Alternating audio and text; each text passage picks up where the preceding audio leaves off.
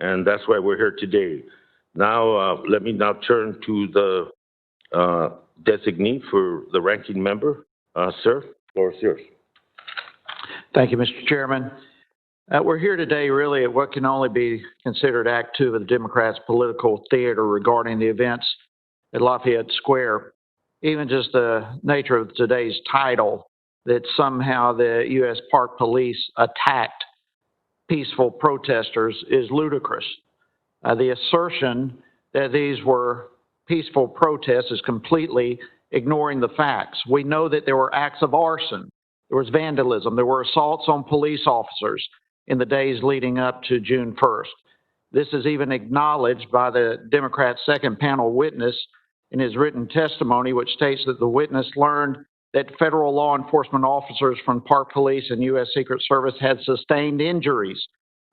However, today's hearing title does aptly note that there are some unanswered questions. I was confident these would remain because the one witness who might be able to answer them was not at the previous hearing, and the majority knew that and yet continued with the hearing for show. Chief Monahan, I'm glad to see you here today. We're honored to have you, and we appreciate you testifying before the committee. You might not have all the answers today, but we'll probably be able to provide some of the facts that were missing from the previous hearing on this topic, so we're grateful for that. My hope is that we'll be able to see beyond the biased scope through which the Democrats are viewing these actions and establish a truthful history of what happened on that day. For example, we need more details about the warnings that were provided and the opportunity protesters were given to disperse. In the last hearing, Democrat witnesses claimed that there were no warnings heard, but a CNN reporter, Caitlin Collins, live tweeted, quote, "The Park Police is now warning protesters to leave. They've given 3 warnings over a loudspeaker." That tweet came at 6:32 p.m. on June 1st. So who are we to believe? But we cannot talk about the events of June 1st in a vacuum. They must be viewed in a larger context. What plans were made prior to June 1st about expanding the perimeter? How did the levels of violence and destruction factor into the decision?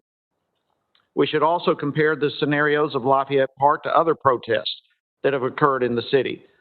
Americans frequently exercise their rights to assemble and protest in Washington. We have numerous, and from all ideological perspectives. We have a number of examples from the Women's March, the March for Life, March for Our Lives, just to name a few. The difference between those events and the events at Lafayette Square are the acts of violence and destruction. While the predetermined narrative surrounding the events at Lafayette Park and other events occurring throughout our nation outlines a story of law enforcement squashing rights, the reality of the situation is quite different.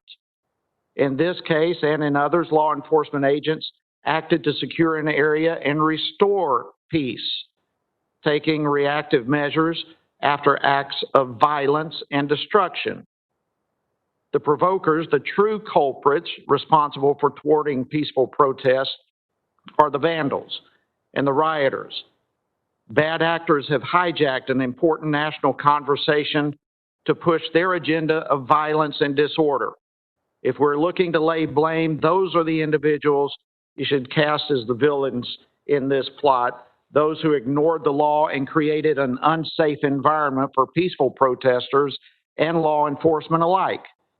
These are the individuals who are responsible for limiting the ability of others to express their thoughts and opinions.